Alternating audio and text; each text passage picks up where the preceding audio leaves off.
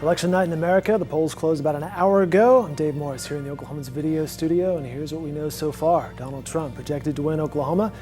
Chris Castile reports U.S. Representatives Steve Russell and the rest of the guys from our congressional area have all claimed re-election wins tonight here in Oklahoma. I'm joined now on the set, Rick Green, Kelly Fry, Ben Felder from the Oklahoman. Lady and gentlemen, thanks so much for joining us, and Bill Schapper from Sooner Poll returns as well. I mentioned that earlier the wins there from our congressional delegation, they will all repeat, and Republican U.S. Senator James Lankford this time will get a 6-year full term this year. Bill, I'm going to start with you at this point. We're starting to see a lot more returns from the various polls. The biggest surprise to you so far? I think the biggest surprise is the David Bourne 1-cent sales tax is currently underwater. It was in the early voting. It was in the mail-in balloting.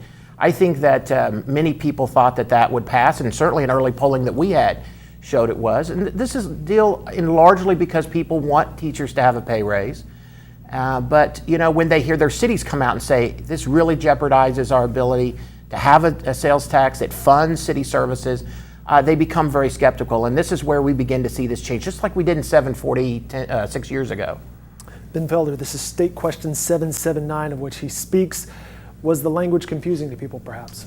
Well, I think it was made a little confusing from both sides down the stretch. As Bill said, our polling showed consistent support in the 60s, and we've seen education funding issues in the past show early support and then take that dive. What was noticeable about this one is it was pretty consistent. In a handful of polls, it was in the low 60%. The last poll we had 2 weeks before the election was at 60%.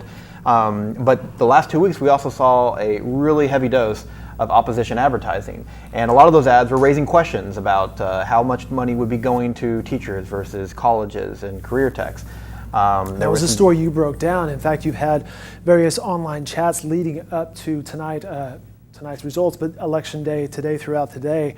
Those were some of the questions that people fielded to you on those chats. Yeah, I mean, the simple answer is that 60% goes to teachers.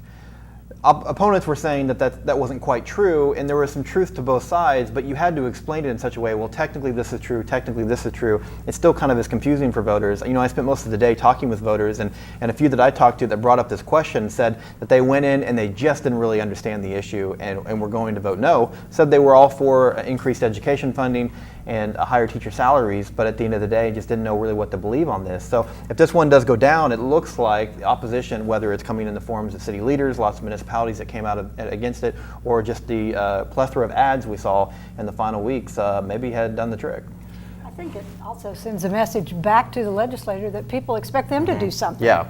They want teachers to get a raise, but they want to put it back on the legislature, and they expect them to govern in that way. Yeah, and that'll definitely be one of the big post-election storylines. If 779 is defeated, the ball's back in the legislature court. Rick Green, you follow the state questions. Just for clarification, do state questions tonight just need a majority? They do, and you know, it's I think most effective in advertising on these state questions when it kind of plugs into voters' preconceived notions. And one of those is they don't want to pay a lot of money at the cash register. So when you're talking about a penny per dollar, that's something that inherently could be a tough sell for a lot of people. And I think that could also contribute to, if it is going to go down tonight, to the reason behind it. Conversely, people would like to buy a bottle of wine at the grocery store. Many people would. And a measure to do that allowed the sale of wine, and regular strength beer at supermarkets appears to be passing tonight. That's state question 792. Two other state questions you're following is 780 and 781. Both of those seem to have a majority at this point. Right. 780 would reduce from a felony to a misdemeanor many simple drug possession crimes. And 781 would use the money that is saved on reducing the prison population to go toward greater mental health treatment and addiction treatment. Both of those are passing tonight. Bill, what's another big story you're following? Perhaps Republicans eyeing some seats. Yeah, I wanted to just add on what Rick said, because I think that 780 and 781 are doing so well. Keep in mind, in the 90s, that was not our mentality. We were wanting to be tough on crime. We wanted truth in sentencing. What did we do in that 20 years? We filled up our prisons, we criminalized addiction, we did things that now I think the public looks at and says, maybe that was the wrong direction, maybe we need to take a different approach. And so I think that's what we're also seeing in the way Oklahomans are viewing that particular issue as well. Kelly, I'll throw that your way. This is certainly a subject that you have championed here in this newsroom. It is, and as we've seen our addiction rates go up, and we've seen overdose deaths go up, people are realizing that addiction and mental illness, those are diseases, and we cannot arrest our way out of this problem. We need to address this problem. So certainly more funding for mental health and substance use maybe can lower the prison population and help us move forward in a more positive way. She's Kelly Fry. I didn't give her a proper introduction earlier. She's editor of the Oklahoman, Vice President of News and Information here at the Oklahoman. Kelly, can you walk us through what the election coverage is for your newsroom today and then what's happening here tonight? Well, it is pretty wild because we have people out all over town today talking to people as they exited. We're at watch parties tonight. We have a lot going on. Our newsroom is packed with people scurrying around.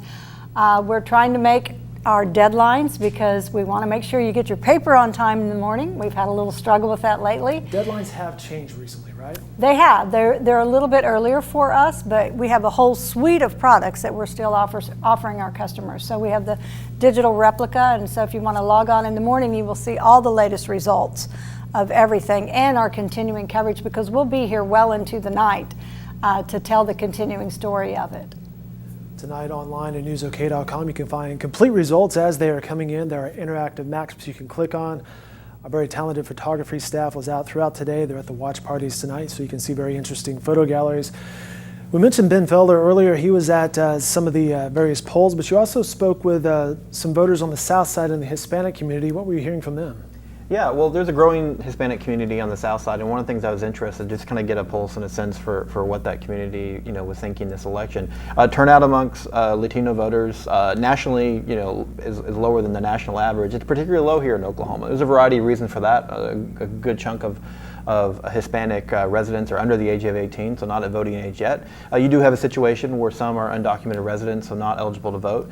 But it did seem like in the weeks leading up, particularly in a few Southside races, that there was an increased effort to get the Hispanic vote out.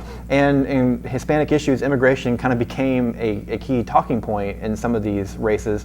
Even though immigration may not have much of it, there's not much that the legislature can do at the state level on this topic. We did see some campaign mailer that kind of played up to one side of the issue or the other.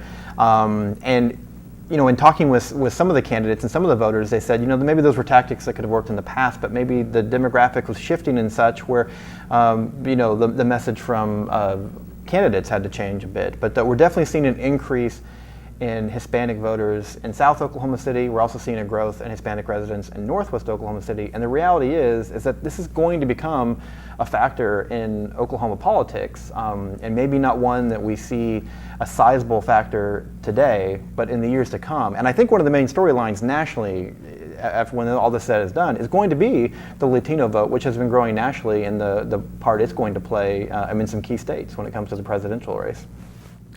Bill, I see you over there crunching some numbers with your phone. What you got? Yeah, I think just to build on what Ben just said, keep in mind some perspective. 72% of the vote nationwide is white voters. In 1980, Latinos were 2%. Then they were 10% just in 2004. Now they're expected to be 13%. Yes, they're becoming much more of a force. But what we may be seeing more of is that Donald Trump may be getting a larger percentage of the white vote than what we've seen in elections past. Keep in mind that Ronald Reagan and Mitt Romney both got 59% of the white vote. Ronald Reagan won 44 states, and Mitt Romney lost the election 4 years ago. So that shows you the growth within the minority population, the voting population in minorities, is changing the elections.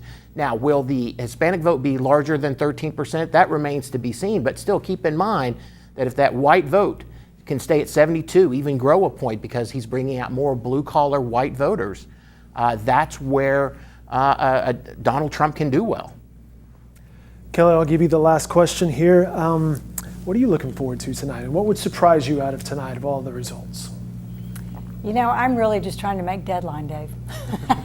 true business lady right there. She is focused. I am focused on getting good, accurate information. That's what I'm focused on. We'll be back at 8:30. You can join us at 8:30 and 9 p.m. And joining us will be State Senator A.J. Griffin and State Representative Jason Dunnington. Big thanks to Bill Shafford. I know you got to duck away real fast. He'll be back later tonight as well. Guys, thanks so much. More live coverage on newsok.com throughout the night.